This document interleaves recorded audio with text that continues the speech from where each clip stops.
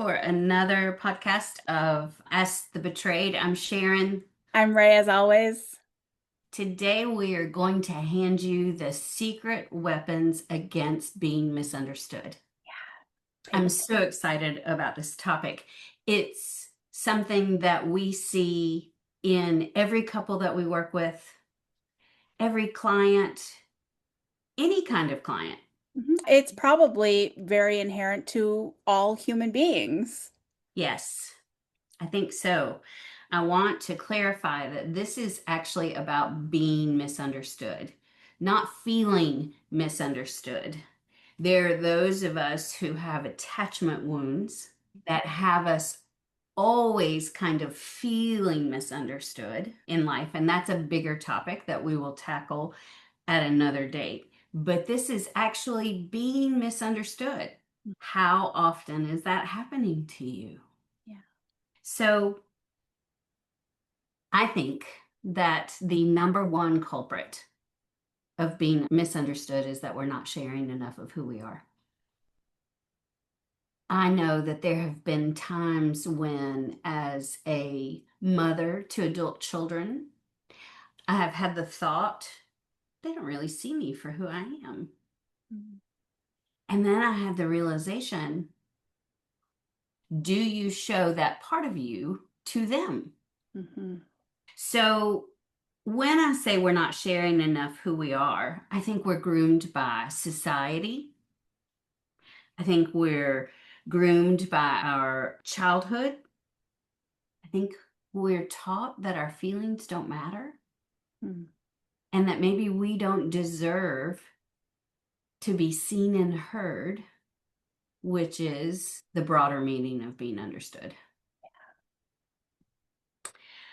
I know that I was told by the two big loves of my life that I was too much.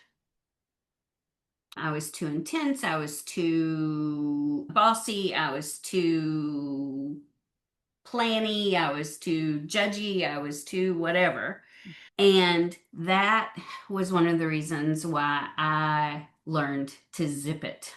Now, you might say, why did that happen? I believe that it happens because unless we're told to pay attention to it, all of us humans run our experiences and the experiences of others through our own filters. Right. Do you have a story that you'd like to share about how you were groomed not to share who you were? Yeah, yeah. One of the things that I don't talk about a lot because I really hate talking about it is anything having to do with physical limitations or weakness or illness and discomfort because it's something I've dealt with in my physical body, the cells that I live in since the time I was a little kid. And I realized really early on that I was expected and really praised and affirmed and celebrated for handling my physical discomfort with grace, with Mm. patience, with long suffering, without complaint. And so, one of the things that it was kind of a twofold process. Part of it was I certainly learned not to complain to anybody around me about any discomfort I was feeling in my physical body. But then I was also very much sucked into the whole self-gaslighty thing, where I to this day struggle to sense and understand what is happening in my Mm. own body because I have developed decades of subverting that awareness of myself. Now, I don't think it gets much more basic than understanding what's happening in this body that I live in on earth, right? I pulled a muscle recently, and it's one of those muscle groups that goes kind of from the front of my ribs to my back. And I struggle sometimes to articulate, to identify where in my body is the actual pain. I just know it hurts, and I know it hurts when I move this particular direction, but I'd have a hard time drawing on a map, a body map, where that discomfort is. And I think when I get really reflective and honest and vulnerable about how that translates into my relationships. It's this sense of I can't be too needy. I can't be an inconvenience. I can't n expect or ask too much of the people around me. And really, if I'm hurting or if I'm struggling, if I'm scared, if I'm vulnerable, then it's best to just keep all of that to myself. Doesn't work well in intimate relationships of any kind. No, that makes me so sad. It makes me think of the pain that we feel as betrayed partners and how, unless someone understands that experience, it's really hard to translate it. Therefore, we might choose not to share about it. Because really, and I hear this, and I know you do too, all of the time, that sharing something and getting a negative response or a dismissive or uncaring response feels worse than not saying anything at all. Absolutely. I think about in this particular instance how being a male betrayed partner can really be tricky because even though as females we're taught not to discuss our pain, I really think that our society does that to men. Yeah. Yeah. So that's what we're talking about. We're talking about our need to be seen and heard and understood for our experience, being validated for what's happening for us, and when that goes wrong. So we've talked about how we can be groomed not to share. We can be taught that not sharing elevates us. Look how strong we are. Look how brave we are. Another thing that can stop us from sharing what we feel is if we're not good at it, if we don't have a lot of practice to it, then there could be a lot of energy that comes with it. Because wouldn't you say there's a lot of skill involved in these sorts of really vulnerable and clear self-disclosures? Yes, absolutely. And typically for humans, we shy away from being vulnerable. And one of the ways that we handle being vulnerable is to puff up like a kitty cat. Ooh, I am bigger than you. I am strong. And I can keep myself safe in this vulnerability. If I'm going to share it, I can keep myself safe. Yeah. Lonely, Lonely, isolated. exhausting, but pretty typical. Hmm. What happens is when we pull on that big energy boost, that energy can be felt by other people. Can you explain that? So often we talk about how our central nervous systems can sense what's happening with other people, maybe even before we're in the same room with them. Yeah. I know that I knew when my mama was in a bad mood, right? And I was upstairs in my bed, door shut, but I would listen to see how she walked through the house, and Mhm. I would know. I could feel her energy, and that neuroception can cause us to be misunderstood. When someone else feels your big energy, Mm. their central nervous system might say, "Oh, a threat." And they pull out their sword and their shield, even if it's that you have really hurt yourself and you need to share about it, Mm. or something that has really hurt your feelings that has nothing to do with the person who's just pulled a sword and a shield on you. So we have to make sure that we share. And I'm going to talk about how we really share who we are and our experiences in a minute.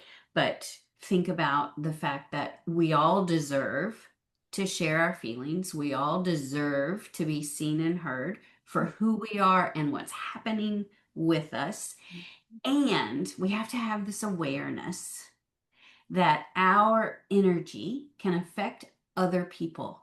Mm. And if we want to be understood, we have a responsibility to set the stage. And I don't think we often bring that awareness into our vulnerable conversations with important people in our lives. I think that so often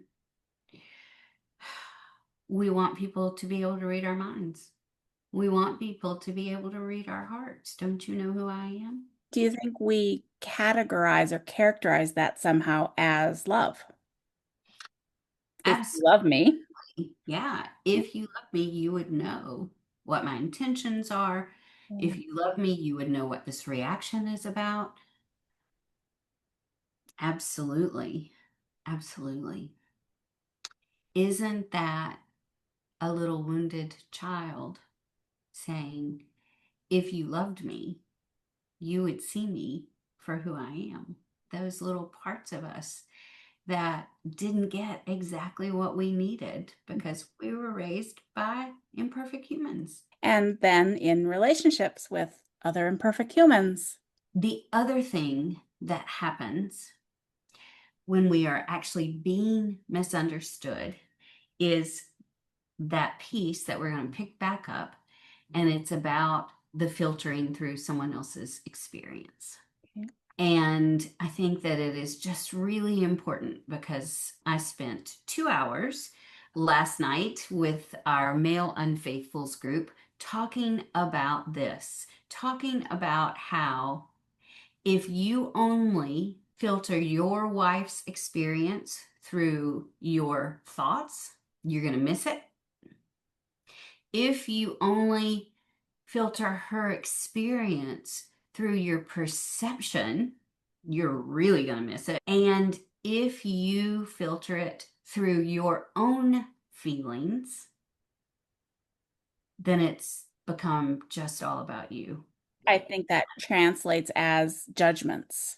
Yes, absolutely. Isn't it funny how we see so much judgment about vulnerability? The most beautiful thing we can hand someone else.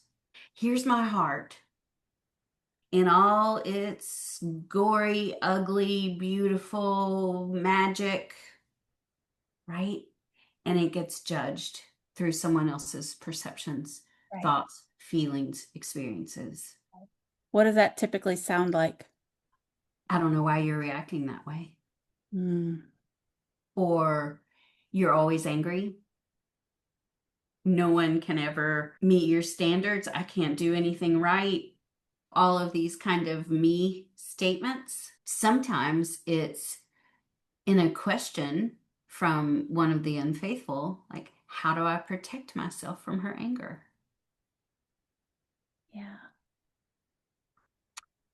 What a little voice I hear in that, because anger from the betrayed is not going to kill you.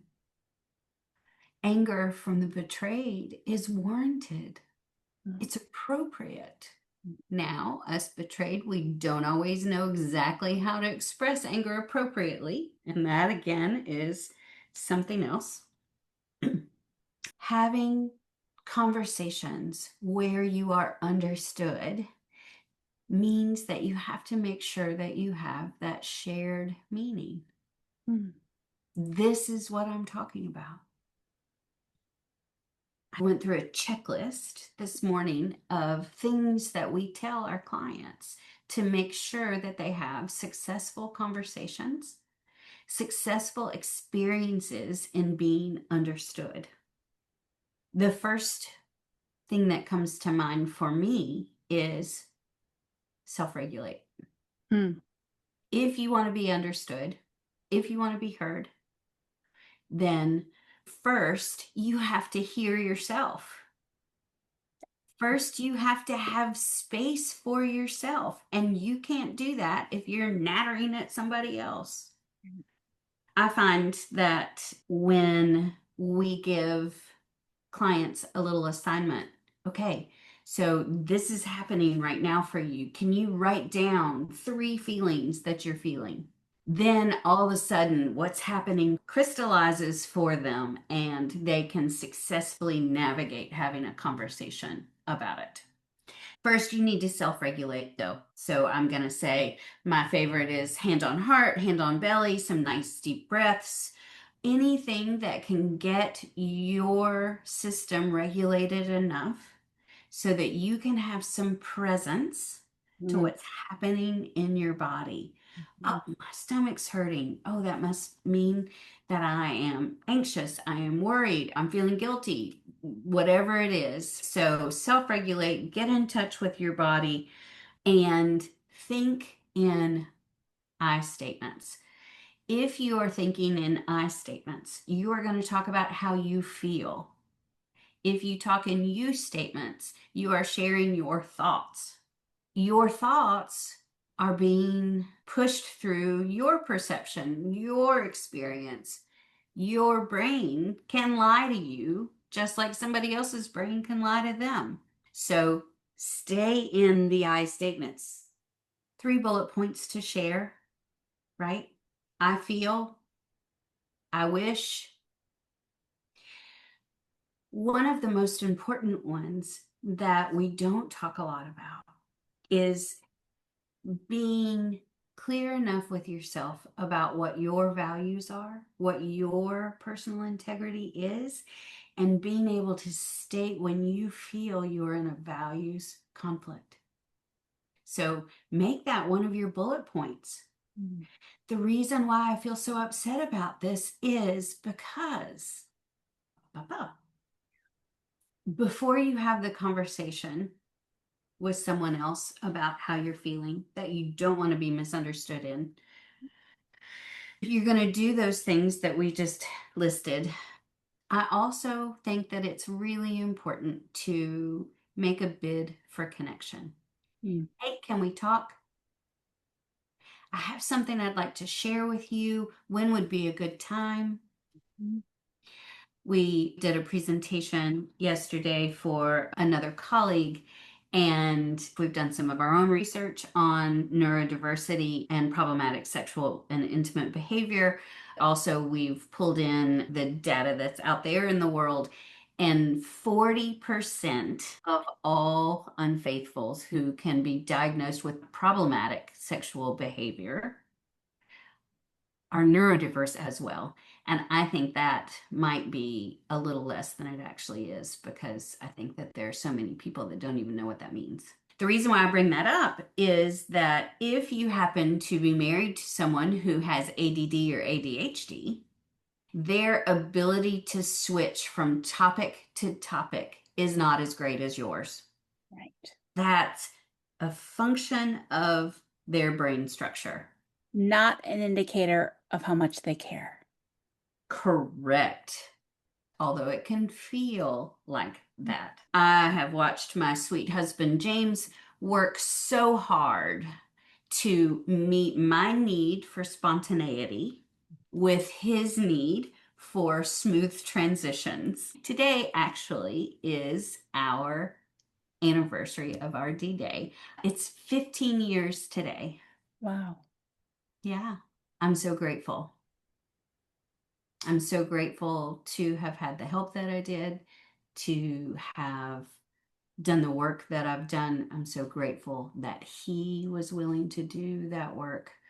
I am often so sad for betrayed partners who don't get the opportunity to make a decision about whether they want to go or stay because it's been taken away from them.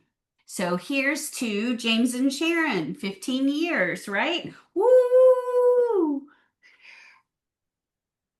Okay, now I really went down the rabbit hole. So making sure that that bid for connection is something that can be met, right? Maybe you text and say, hey, do you want to meet me in the kitchen in 15 minutes? I have something I'd like to share with you. Get creative about how you're going to make this bid for connection. The more prepared we are to express clearly and truthfully how we are feeling, the more successful we might be. So I thought about questions that the betrayed could ask themselves in order to prep for a vulnerable conversation where they don't want to be misunderstood. And one of them is imagining someone that you love asking you, why do you think this is hitting you Mm. the way that it is? I had the chance to keep the 4 and 5-year-olds at church on Sunday, and this little boy was crying because he wanted his daddy. And I said, "Why are you missing your daddy so much today? Why is this so tender for you today?" Yeah. He and his dad had been playing with dinosaurs before church, and it was a lot of fun. Mm.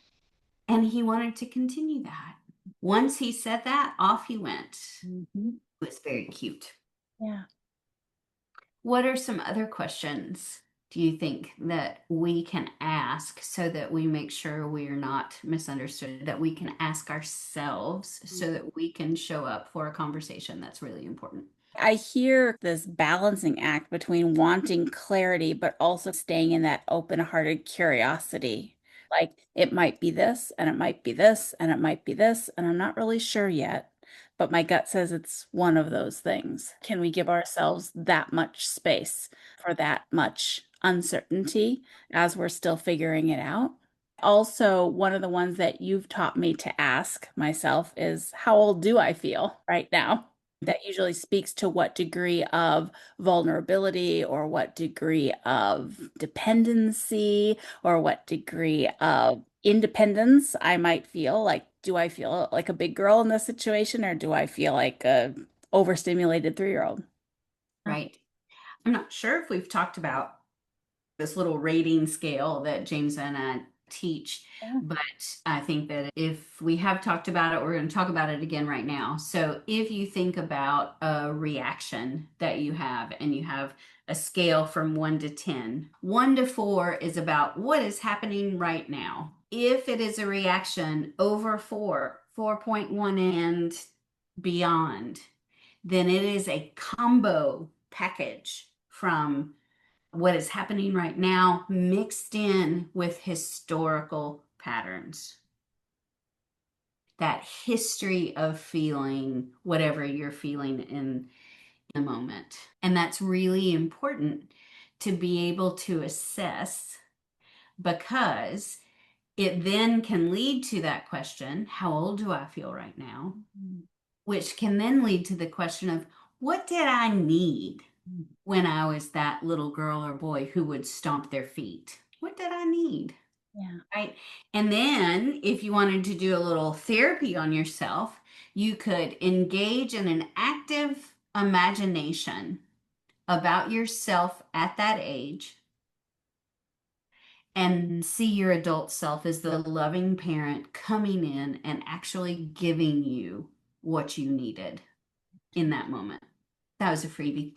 Love that. It's one of those many beautiful tools that I've seen you use so many times in action.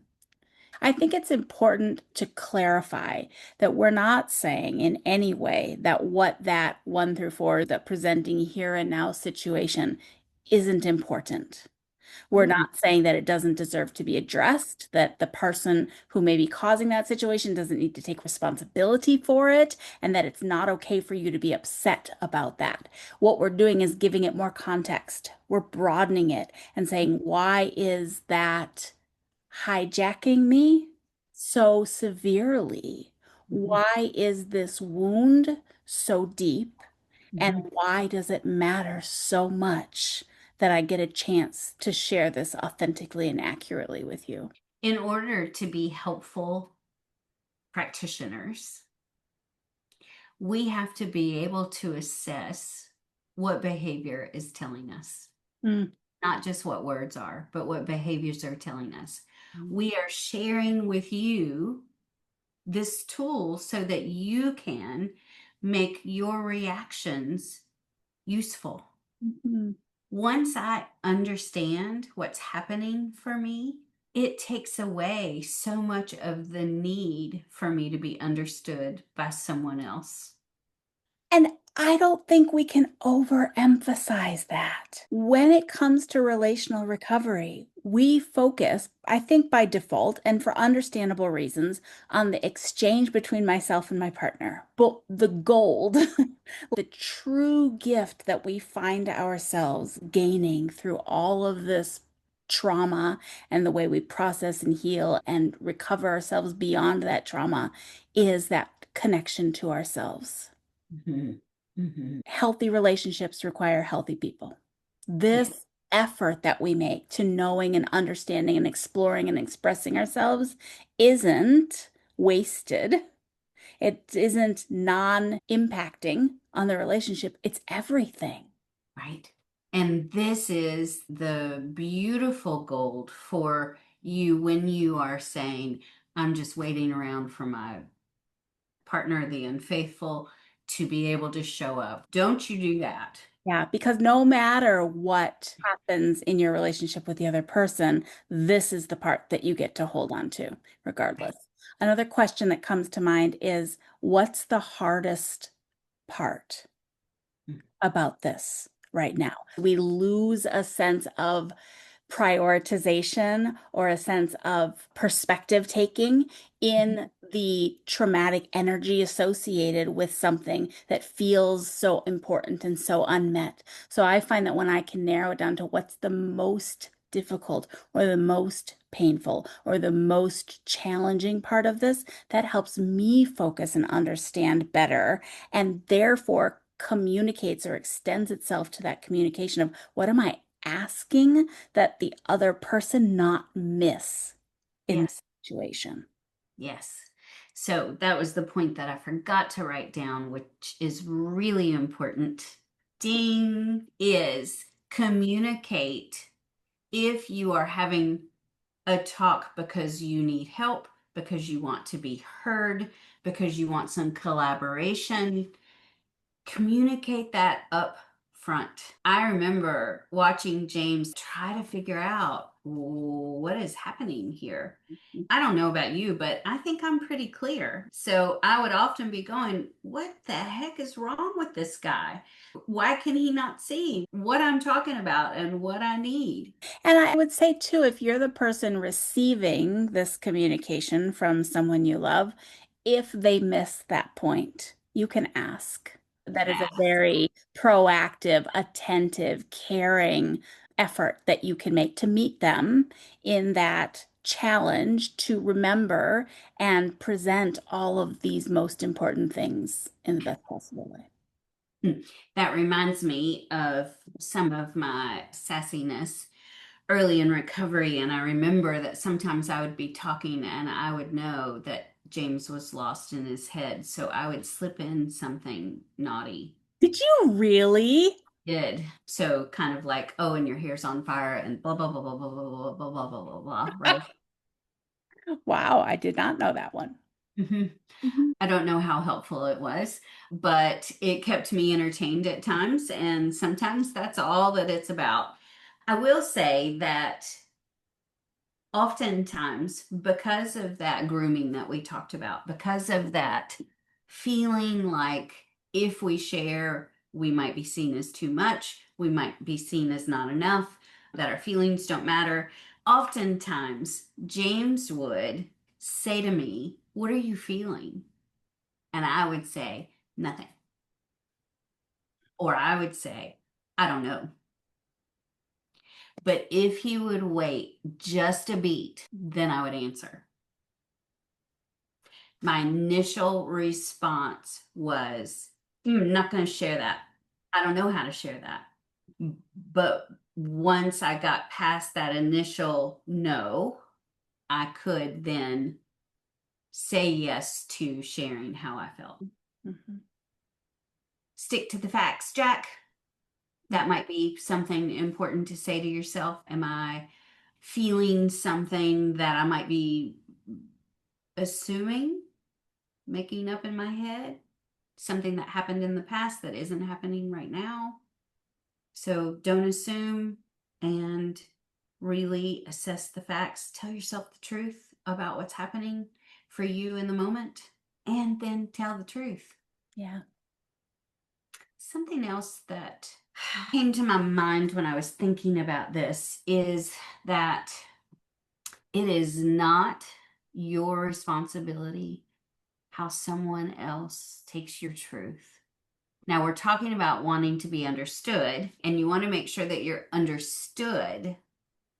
But if they can't handle what you're saying, that is not yours to bear responsibility for. It doesn't mean you didn't do it right. It doesn't mean you're not good enough or didn't do it well enough. Sometimes, and I would probably guess most of the time, it falls under that category of that person isn't able, willing, ready, positioned to respond in an effective and productive way. Sometimes they haven't caught up yet. And sometimes they're just having a really bad day.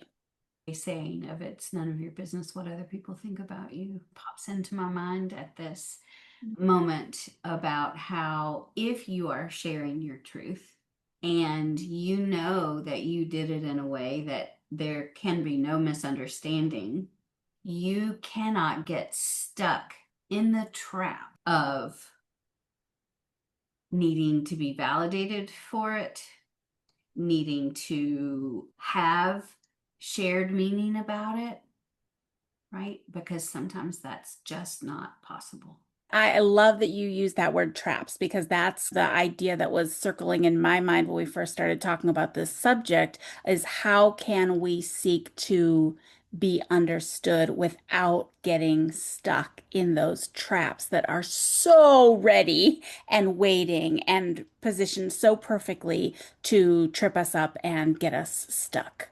And I think that sense of wanting or expecting the other person's response to meet that need is a legitimate want and a legitimate goal, I would Relational say. need. Yeah, Mhm, yeah. But mhm. it doesn't, It's not always an indicator of whether it's going to happen or not. nor is it the top indicator. It's not the ultimate measure of success on all of this. So, this is where so many of those relational patterns of gaslighting and manipulation and distortion and anxiety and all of those things start to really cluster around and undermine everything. I remember at the end of my marriage, there was a point when my ex-husband said to me, "Are you really going to end all of this without communicating with me about it?"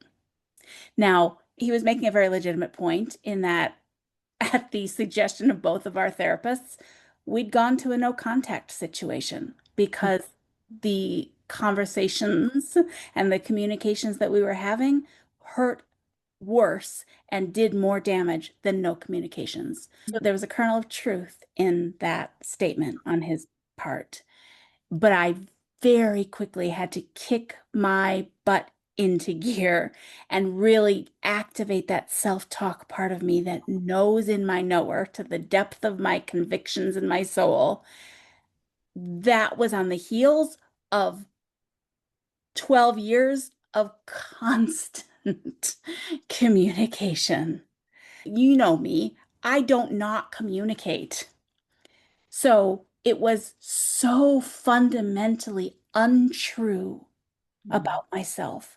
Do you know that it took me 3 weeks, which is like a short time and an eternity all at once, before the yucky feeling of that, before the ache of it, the sting of what felt like a false accusation, the projection of somebody else's misunderstanding lifted from me. In those 3 weeks, I could have gone in so many different directions. I could have slimed around in that. I could have exacerbated my trauma Mhm.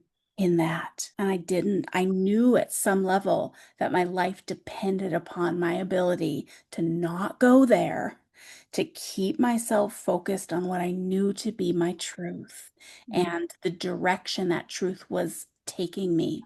And that direction was as far away from that mind game as possible.